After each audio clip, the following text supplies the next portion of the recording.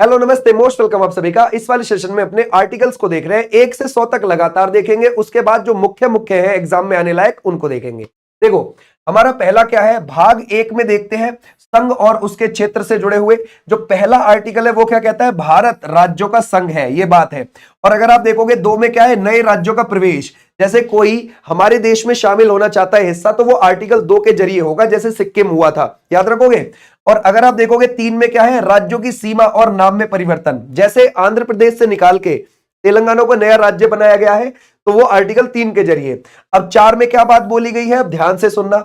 Article 4 के तहत किए गए संशोधन संविधान संशोधन नहीं माने जाते हैं। समझ गए भाई, वो संविधान संशोधन नहीं माने जाते हैं, वो आर्टिकल 368 के अंडर नहीं आते हैं। ठीक है भाई, ध्यान रखोगे। मतलब राज्य की सीमा बदलने के लिए 368 की प्रक्रिया नहीं लगती है। ओके भाई, आ जाओ नेक्स्ट पर। और भाग 2 ये नागरिकता से जुड़ा हुआ है, और ये आपको देखने को मिल जाएगा, है ना भाई। कहां पर आर्टिकल आपको 5 से 11 तक देखने को मिल जाएंगे। इसमें 5 क्या है, प्रारंभिक नागरिकता की बात कहता है। और ये जो 6 है, ये पाकिस्तान से आए व्यक्तियों की नागरिकता की बात कहता है। 7 कहता है पाकिस्तान गए व्यक्तियों की नागरिकता के बारे में। 8 कहता है विदेश में बसे भारतीयों के बारे में। और 9 कहता है विदेशी नागरिकता लेने पर भारत की नागरिकता समाप्त हो जाएगी उस व्यक्ति की। और 10 क्या कहता है कि किन परिस्थितियों में नागरिकता जारी रहेगी, ये बोलता है। और 11 में बोलता है कि संसद को अधिकार है नागरिकता पर कानून बनाने का। 1955 का जो है ये नागरिकता एक्ट है, ये अधिनियम है। इसमें बार बार हमारी संसद संशोधन करती रहती है।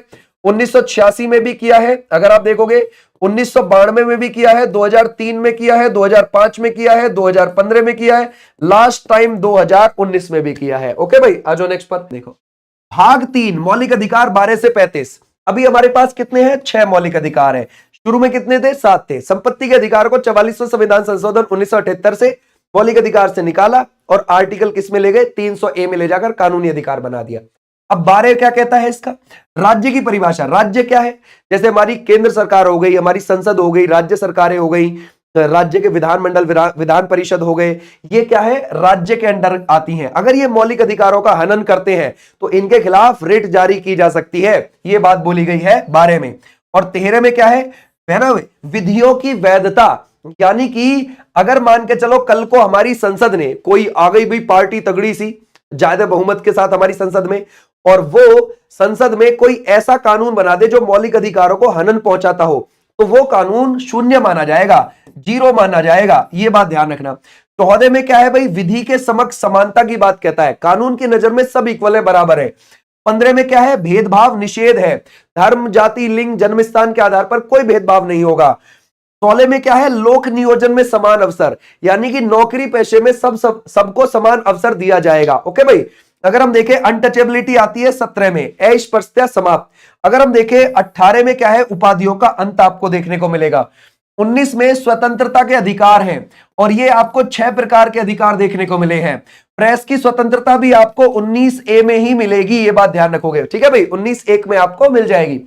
20 में क्या है, अपराधों में संरक्षण आपको देखने को मिलेगा। 21 में क्या है, जीवन व व्यक्तिगत स्वतंत्रता आपको देखने को मिलेगी। 21A शिक्षा का अधिकार, 86वां संविधान संशोधन 2002 से इसको जोड़ा गया। 22 में क्या है, गिरफ्तारी में संरक्षण है।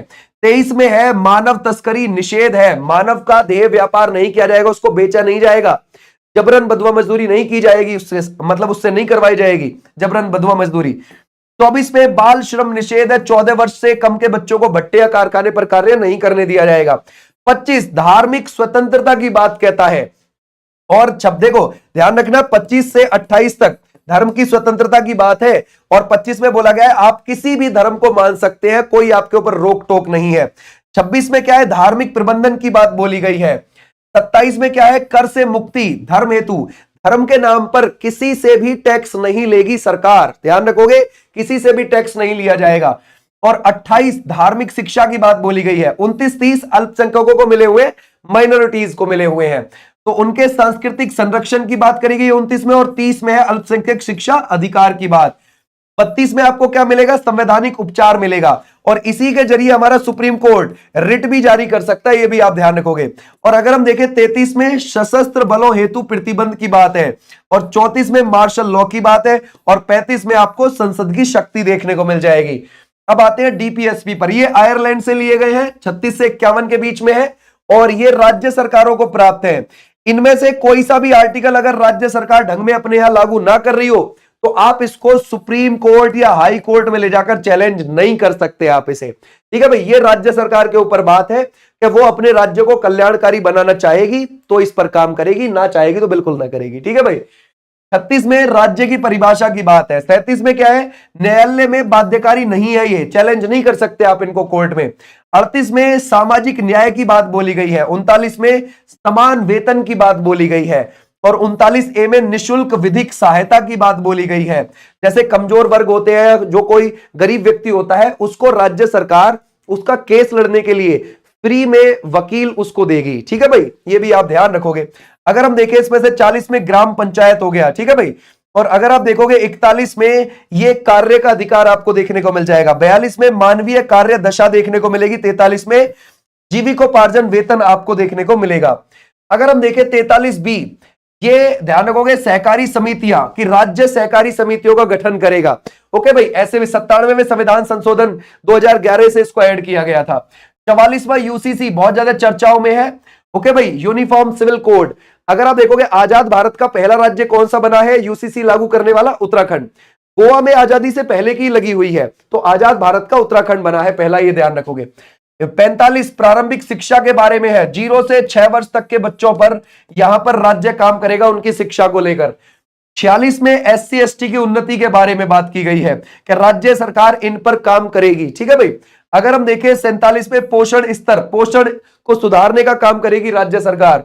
48 में कृषि पशुपालन, यानी कि अच्छे बीज उपलब्ध कराएगी कृषि के लिए, और पशुपालन यानी कि अच्छे दुधारू पशुओं की नस्ल उपलब्ध करवाएगी राज्य सरकार राज्य के किसानों के लिए। और 48A में क्या है, पर्यावरण संरक्षण की बात। 49 में है स्मारक संरक्षण की बात, और 50 में है न्यायपालिका पृथक्करण, यानी कि कार्यपालिका और न्यायपालिका अलग होकर काम करेंगे ताकि गरीब व्यक्ति को भी न्याय मिल पाए। ओके भाई। 51 में क्या है, अंतरराष्ट्रीय शांति की बात की गई है। अब ये जो भाग 4A और आर्टिकल 51A देखने को मिलता है, इसमें आपको मौलिक कर्तव्य देखने को मिलते हैं। शुरू में हमारे संविधान में ये थे नहीं, इनको तो 42वां संविधान संशोधन 1976 से ऐड किया गया। सरदार स्वर्ण सिंह समिति ने 8 का सुझाव दिया था, लेकिन हमारी सरकार ने उस समय 10 ऐड किए थे। और ये कहां से लिए थे उस समय, यूएसएसआर से लिए थे। एक हमने बाद में जोड़ा है 86वां संविधान संशोधन 2002 से, तो एक हमने बाद में जोड़ा, 10 ये हो गए, तो 10 और 1 11 हमारे पास मौलिक कर्तव्य है, और ये नागरिकों को प्राप्त है। याद रखोगे किसको, नागरिकों को मिले हुए हैं। भाग 5 52 से 78 आपको देखने को मिल जाएगा, और इसमें आपको संघ की बात बोली गई है, ठीक है भाई, ध्यान रखोगे। ऐसा नहीं है कि इसमें और नहीं आर्टिकल है, और भी आर्टिकल आपको देखने को मिल जाएंगे आगे चल के, है ना भाई। 151 तक आपको देखने को मिल जाएंगे इसमें भाग 5 में, लेकिन जो संघ की बात बोली गई है वो 52 से 78 तक बोली गई है। 52 ये राष्ट्रपति से जुड़ा हुआ है, ठीक है भाई, क्या भारत का एक राष्ट्रपति होगा। 53 में बोला हुआ है कि केंद्र की कार्यपालिका की शक्ति का हेड कौन होगा, अध्यक्ष कौन होगा, राष्ट्रपति होगा, या फिर संघ की कार्यपालिका का हेड कौन होगा, राष्ट्रपति होगा। 54 में राष्ट्रपति के चुनाव के बारे में है। 55 में चुनाव की प्रक्रिया क्या होगी ये है। 56 में उसका कार्यकाल कितना होता है, आपको पता है 5 साल होता है भाई। और 58 में आपको क्या मिलेगा इसमें से, देखो 57 भी याद रखना। 57 में पुनर्निर्वाचन के बारे में है, फिर से आ सकता है, कोई रोक टोक नहीं है, ये ध्यान रखना। हमारे यहाँ कोई लिमिट नहीं है, कितनी भी बार आए, जितनी बार चुना जाए फिर आ जाए, ठीक है भाई। 58 में योग्यता की बात है। 61 में क्या है, उसके महाभियोग की बात है, और 60 में उसके शपथ की बात है। ओके भाई, क्लियर हो जाएगा, शपथ की बात है। और 59 में उसकी शर्तों की बात है, ये भी आप ध्यान रखोगे, शर्तों की। ओके। और अगर हम देखें 63 में क्या है, उपराष्ट्रपति, क्या भारत का एक उपराष्ट्रपति होगा। राष्ट्रपति और उपराष्ट्रपति दोनों पद हमने कहां से लिए, यूएसए के, है ना भाई, संविधान से लिए हैं। और अगर हम देखें इसमें से 64 में बोला गया है कि वो राज्यसभा का क्या होगा, सभापति होगा, ये बात बोली गई है। और उपराष्ट्रपति को सैलरी जो मिलती है ना, वो राज्यसभा का सभापति होने के नाते ही मिलती है, 4 लाख रुपए वेतन। तो ये भी आप ध्यान रखोगे। अभी सीपी राधाकृष्णन है। ओके, तो 64 में आपको देखने को मिलेगा। 65 में क्या बोला गया है कि जिस समय पर प्रेसिडेंट अपने पद पर नहीं होगा, उस समय पर उपराष्ट्रपति राष्ट्रपति की हैसियत से कार्य कर रहा होगा। 66 में उसके चुनाव के बारे में है। और अगर हम देखें, यहीं पर लिख लो, 67A में उसके इस्तीफे के बारे में है। जगदीप धनखड़ जो 14वें नंबर के उपराष्ट्रपति थे, उन्होंने इसी आर्टिकल का यूज किया और इस्तीफा दे दिया। 74 में मंत्री परिषद आती है। मंत्री परिषद किसकी हेल्प के लिए बनाई जाती है? राष्ट्रपति की हेल्प के लिए। उस मंत्री परिषद का हेड कौन होता है? अध्यक्ष कौन होता है? प्रधानमंत्री। ओके भाई। और 75 में क्या है भाई? प्रधानमंत्री की नियुक्ति आपको देखने को मिल जाएगी, राष्ट्रपति करता है, यह भी आप ध्यान रखना। और अन्य मंत्रियों की नियुक्ति भी करता है प्रधानमंत्री के साथ साथ, ये भी आप ध्यान रखोगे, जो मंत्री परिषद का हिस्सा होते हैं उनकी। ठीक है भाई। तो मंत्री परिषद की नियुक्ति और उनको शपथ कौन दिला रहा होता है? वो राष्ट्रपति दिला रहा होता है, और उसी मंत्री परिषद का हेड होता है प्रधानमंत्री। 76 में क्या है? अटॉर्नी जनरल के बारे में है। अटॉर्नी जनरल का कोई कार्यकाल नहीं होता है, ध्यान रखना। जब तक राष्ट्रपति चाहेगा तब तक ये गद्दी पर बैठता है। अगर हम देखें 77 में कार्यपालिका कार्य के बारे में है। 78 में प्रधानमंत्री कर्तव्य के बारे में है। संसद आपको वैसे तो 79 से 122 के बीच में देखने को मिल जाती है, लेकिन यहां पर 100 तक लिखे हुए हैं आर्टिकल। अगर हम देखें इसमें से 79 संसद की संरचना, संसद में आपको कौन मिलेगा? आपको मिलेगा प्रेसिडेंट, लोकसभा और राज्यसभा देखने को मिलते हैं। 80 में राज्यसभा की संरचना है। 81 में लोकसभा की संरचना। 83 में इनके कार्यकाल के बारे में बात बोली गई है, लोकसभा और राज्यसभा के। और 85 में इनके अधिवेशन की बात है। 86 में राष्ट्रपति संबोधन की बात है। 87 में है राष्ट्रपति का विशेष अभिभाषण। और 93 से लेकर और 97 तक आपको लोकसभा के स्पीकर और डिप्टी स्पीकर के बारे में बात करी गई है। 100 में मतदान प्रक्रिया की बात करी गई है। 102 सांसद अयोग्यता के बारे में है। जैसे आपको याद हो कि ओम बिरला जी ने इसको राहुल गांधी जी को अयोग्य ठहरा दिया था, उनकी सदस्यता रद्द कर दी थी संसद की, वो आर्टिकल 102 के तहत ही की थी। ठीक है भाई। 105 संसद विशेषाधिकार के बारे में बात बोला गया है। ठीक है भाई। और 108 संयुक्त अधिवेशन। ये संयुक्त अधिवेशन ध्यान रखना, ये ऑस्ट्रेलिया के संविधान से लिया, ये प्रक्रिया लोकसभा और राज्यसभा का संयुक्त अधिवेशन। 110 धन विधेयक की बात बोली गई है। 112 बजट की बात बोली गई है। बजट को संविधान में वार्षिक वित्तीय विवरण बोला गया है। ओके भाई। 123 में क्या है? अध्यादेश की शक्ति है किसके पास होती है? ये प्रेसिडेंट को। जब ध्यान रखना, हमारे यहां पर ना तो बजट सत्र चल रहा हो, ना मानसून चल रहा हो, ना शीतकालीन सत्र, कोई सा भी सेशन ना चल रहा हो, मतलब उस समय पर ध्यान रखोगे हमारी संसद की बैठक ना चल रही हो, तो अध्यादेश जारी कर सकता है प्रेसिडेंट, और उसे कभी भी वापस ले सकता है। तो ये टेम्परेरी कानून है, आप कह सकते हो, अस्थायी कानून आप कह सकते हो इसको। ठीक है भाई। तो अगर हम देखें 124 में हमारा सुप्रीम कोर्ट है। 124 से 147 तक आप लोग सुप्रीम कोर्ट देखने को मिल जाएगा। 131 सुप्रीम कोर्ट मूल अधिकारिकता के बारे में बात बोली गई है। 136 में विशेष अनुमति याचिका के बारे में है। 141 सुप्रीम कोर्ट का निर्णय जो है वो बाध्यकारी होगा। 143 में राष्ट्रपति सलाह, राष्ट्रपति जो है किससे? सुप्रीम कोर्ट के सीजेआई से सलाह ले सकता है। और 148 में हमारे कैग की बात बोली गई है ना भाई। और 149 में उसके कार्य और उसकी शक्ति की बात बोली गई है। 6 या फिर 65, 6 वर्ष तक गद्दी पे बैठेगा या फिर 65 की उम्र होने तक बैठता है कैग गद्दी पे। ठीक है भाई, क्लियर हो जाएगा। अच्छा, कैग अपनी रिपोर्ट 151 के तहत प्रेसिडेंट को देता है सालाना। में राज्यपाल की बात बोली गई है कि एक राज्यपाल होगा राज्य के लिए। फिर इसी में 7वां संविधान संशोधन 1956 से यह भी बात ऐड की गई है कि 2 या 2 से अधिक राज्यों के लिए एक राज्यपाल चल जाएगा। ठीक है भाई, आ जाओ नेक्स्ट पर। 161 में क्षमादान शक्ति राज्यपाल की बताई गई है। 163 में राज्य मंत्री परिषद के बारे में बताया गया है। 164 में मुख्यमंत्री की नियुक्ति राज्यपाल करता है। 165 में जो राज्य का महाधिवक्ता होगा उसकी नियुक्ति भी गवर्नर करता है। 168 राज्य के विधानमंडल के बारे में बोला गया है। ठीक है भाई, क्लियर हो जाएगा। अगर आप देखोगे इसमें से 169, इसमें आपको क्या देखने को मिलेगी? विधान परिषद के बारे में बोला गया है। यहां पर संरचना लिखना। ठीक है भाई, क्लियर हो जाएगा। अगर हम देखें 169 में आपको विधान परिषद के बारे में बोला गया है और 170 में आपको विधानसभा संरचना के बारे में बोला गया है। 171 में विधान परिषद संरचना के बारे में बोला गया है। ठीक है भाई, आ जाओ नेक्स्ट पर। 200 में क्या है? राज्यपाल की सहमति के बारे में बोला गया है। 213 राज्यपाल के अध्यादेश के बारे में बोला गया है। 214 यह है उच्च न्यायालय के बारे में बोला गया है। ठीक है भाई, और उच्च न्यायालय आपको 214 से 231 तक देखने को मिल जाएगा। सबसे पुराना हाईकोर्ट हमारा कौन सा था? कोलकाता हाईकोर्ट। 1 जुलाई 1862 को बन गया था वो कोलकाता हाईकोर्ट। अभी हमारे यहाँ कितने? 25 हाईकोर्ट है। 226 के तहत हाईकोर्ट रिट जारी कर सकता है। 243 में पंचायती राज आपको देखने को मिल जाएगा। 243 बी में ग्राम पंचायतें आपको देखने को मिल जाएंगी। 243 डी आरक्षण की बात करी गई है। अगर हम देखें 246 में विधायी शक्तियां आती हैं। 248 अवशिष्ट शक्तियों की बात करता है। 249 राष्ट्रीय हित की बात करता है। 250 आपातकाल में शक्ति की बात करता है कि आपातकाल के समय पर शक्तियां किसके पास रहती है, ज्यादा केंद्र के पास रहती है, आपको पता है। तो 252 राज्य के अनुरोध पर कानून की बात है। 254 ये आपको टकराव देखने को मिलेगा, ठीक है भाई, कंकरेंट लिस्ट का।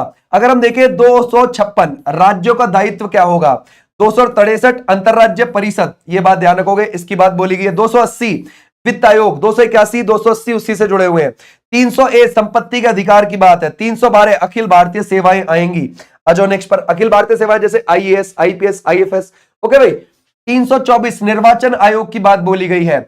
और आपको 324 से लेकर ध्यान रखना 300 है ना भाई, 329 तक आपको यही चुनाव आयोग के बारे में बताया गया है। और 315 से लेकर 323 हमारे यूनियन पब्लिक सर्विस कमीशन और स्टेट पब्लिक सर्विस कमीशन के बारे में बताया गया है। 330 एससी एसटी आरक्षण के बारे में है। 338 एससी आयोग और 338 एसटी आयोग के बारे में है। 340 पिछड़ा वर्ग आयोग के बारे में है। 350 अगर आप देखोगे राष्ट्रीय आपातकाल के लिए है। 356 राष्ट्रपति शासन और 360 वित्तीय आपातकाल जो अभी तक कभी नहीं लगा। 365 राज्य असफलता के बारे में बात बोली गई है और 368 संविधान संशोधन के बारे में बोली गई है। ये थे तुम्हारे इंपॉर्टेंट आर्टिकल, उम्मीद है याद हुए होंगे आपके। और ये पीडीएफ आपको मिल जाएगी विनिश चौधरी ऐप पर, ऐप आप डाउनलोड कर लेना। यहां पर हमारी क्लास डेली बेसिस पर आती है यूपीएसआई के लिए, ओके, और लाइव चलती है यूपी पुलिस कांस्टेबल के लिए 5 बजे वाली, और 9 बजे एसएससी जीडी के लिए चलती है लाइव 7:50 पर 10 मिनट शो। और अगर आप थ्योरी पढ़ना चाहते हैं तो आप ऐप से पढ़ सकते हैं, विनिश चौधरी ऐप आप डाउनलोड कर लेना। थैंक यू, नमस्ते, बाय, टाटा।